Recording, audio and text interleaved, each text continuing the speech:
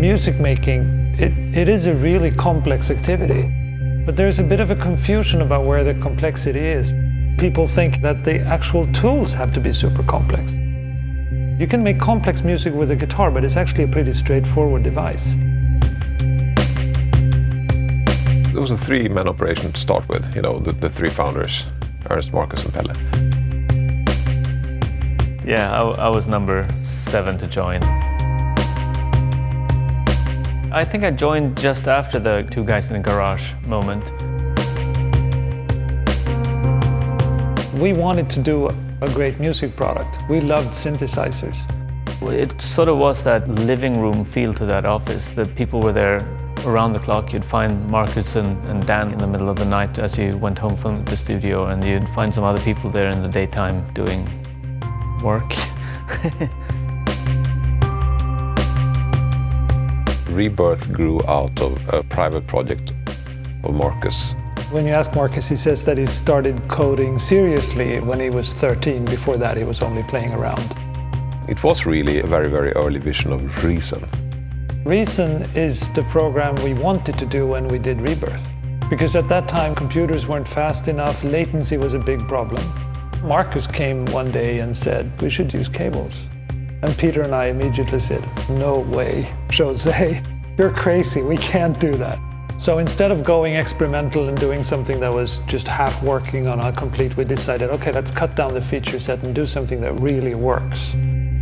It was totally unheard of seeing software that behaved like that.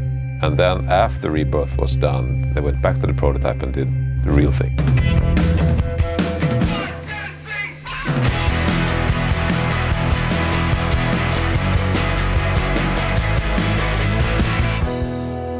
The rack metaphor made perfect sense to us because we love the hardware. There are literally two sides to Reason. There's the front and the back. If you give yourself those limitations, then that's actually a liberating experience. Totally free signal routing. You can connect stuff any way you want. It's a metaphor that works. And the cable, everybody understands the cable. It only has one plug in each end. One plug can go in one hole and one plug can go in the other hole. You should feel at home in the program and know how it works. I've been seeing all the versions coming out. I've been here since Reason 1 and before that, and I've never been so excited about a new version as I am about this one. I think this is the biggest update we've ever done. Yeah.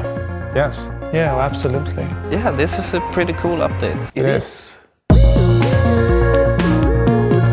I think we crammed a lot of stuff in there. The hardest thing is not coming up with nice ideas for features, obviously. It's picking the right one. It has definitely more of the toys.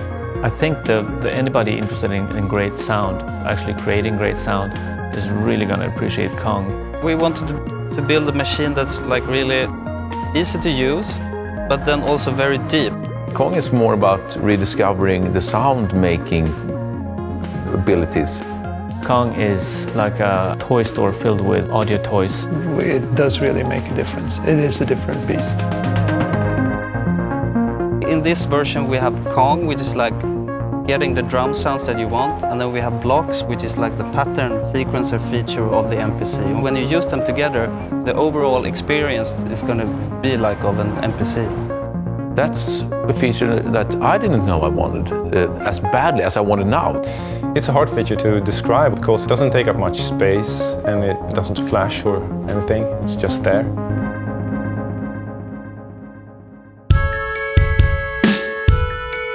When we looked at Dr. X, we saw people using it for two completely different types of purposes.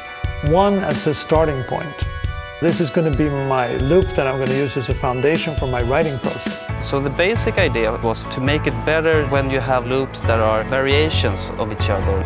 You can actually play the loops as an instrument. The other thing we saw that people used it for was as a creative tool to create new sounds. And then we put in the slice edit mode. When people start using it, they will realize its creative potential. So we sort of went in two directions. It's just a whole new instrument. If you're recording vocals, you will at least apply a gentle amount of pitch correction, almost in all cases. When we talk to professionals in the field, they say, "Oh no, I really don't like that. I don't like that sound. It's becoming too overused and whatever." But of course, I use it. Parts of it are standard tools now. You really need to have them in your toolbox. So how can we take this one step further? Neptune is one of the things that has been living on Pelle's computer for years, I think. He sits and tinkers and comes up with amazing stuff, such as the voice synth. If you tell him something is impossible, then he'll do it. His brain is wired like that. Some new features are old features that we have resurrected, like sampling. It's not made to make a perfect rendition of that grand piano, but it's made to capture those spur-of-the-moment ideas that just pops up. Going back into the low-tech way of doing sampling, you can reach points where you had no idea that you would end up. If you listen to old records based on samples, you can definitely hear that there might have been a plan, but it sort of meandered through the process of actually capturing those samples. If it's inspiring and fun to work with, the end result will become better. Must be.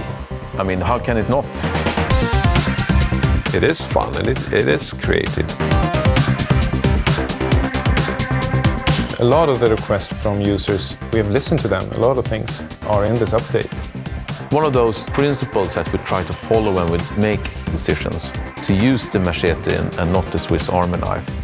All of these different devices have a specific purpose. So hopefully you will have a Swiss Army knife filled with machetes. We take our time, that's true.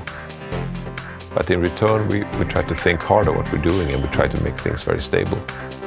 The most important thing is this comment that we get back from people. I finally got your program a week ago, and now I made more music in that week than I did in months.